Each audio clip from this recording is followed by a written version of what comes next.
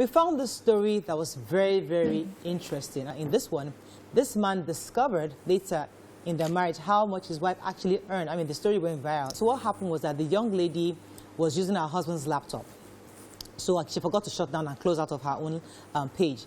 So her husband was now on his laptop and now saw her email. Yeah. Well, he now called her, yeah, did you use my laptop? She said yes. Anyway, he now checked the email and saw her pay slip.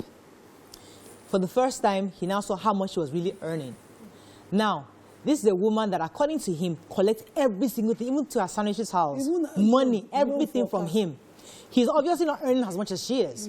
But the little money he has, she collects everything from house chores, the house chores money, house upkeep, family, the whole works. Now, so after he now discovered this, he then went on to check her phone, I believe. She now saw conversations with the brother, the father, and now later found out there's a land she bought, a house that she's building that is in her father's name, and she's been constantly giving him money every month for that, for that building. He has forgiven her in the sense that they are still living together. He's not divorcing her. He's just knowing that my own is my own, your own is your own, and everything he has slaved to buy for her, he's saying, sell it, give me back my money, you do yours, and I'll do mine. That's where they are today. But the conversation now, as I said, is extending from yesterday's discussion, is that why do some women take this route of hiding their own successes, their own monies, and still taking from their husbands? And why and how do we resolve, if we were to advise this family, how do we help them to resolve it? She was totally dishonest in her marriage, and it was unfair. And you know what, it's even to the degree in which she did it, because a part of me, of course, I'm part of the society. I understand the story of keep a little for yourself, just because you just never know how it will pan out. And because of the society that will come where everything is demand anyways, you have to keep something for yourself. But also, you're supposed to do it with a little more kindness and, you know, and be a little more...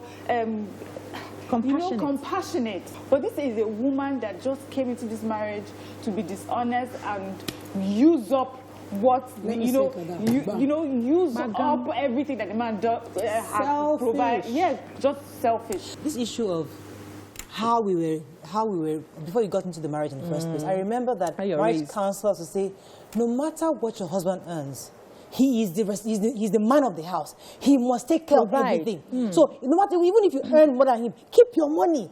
That your man, even if it's 20,000 naira he earns, make sure 2,000 naira from it he gives to you, no matter how small. Give your wife something.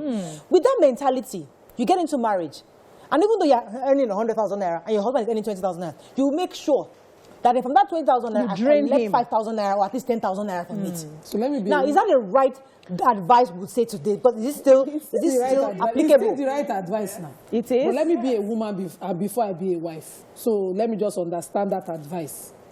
Because women, of course, we were less privileged and abused, gender for a long time. And for most marriages today, it still is. So you have to be. Let your man be a man and let him assert his position as well as with responsibilities that he carries in the home.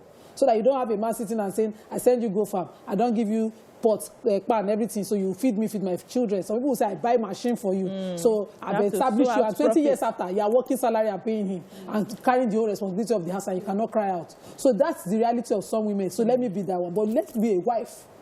A wife cannot see the husband bending and bearing on that body and not even extend some form of help.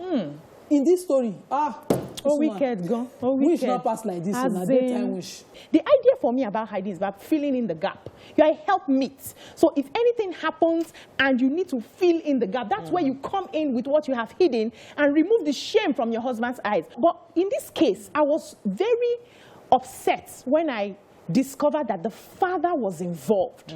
The house that she was building was in her father's name. That's a wicked man. If this man discovered this and realized that even the house that she was building was in our name, do you know that this matter will not be that painful? I know you're hiding something, but I know that it's for the interest of us or in the children's name. I know a marriage where there was a mistrust, and that marriage lasted. They are late now. May Allah forgive both of them. The man didn't forgive his wife for 20 years till she passed. For that mistrust, and he wasn't cheating. They just remained married for the sake of the children, good money. Money. God forbid. Not even food you need from her. It wasn't cheating. How do we help this couple? For me, I think the guy had already started. He's taking the first steps, which is to ensure that you now start paying for things. So the family members had come 2 times, 3 times to the house to plead with him. And I know that the pressure will be on him now to quickly forgive. But he needs time to process. This is a marriage that has broken down in terms of trust. If you don't have trust in marriage, you have nothing. How does this thing even extend to the other room? Because I'm just wondering, can you be so aggrieved that because other room is still healing? He hastens waiting. He hastens healing. Yes, now you cannot be. No, but see, when you are grieved, when you are still brooding over something, you are not other room, the hormones that cause the other room to start would not. No, sometimes it depends on how deep the when matter there's is. so much anger in your system. You can compartmentalize that when you are aggrieved. No, you not be saying, I disagree. It's because I love you.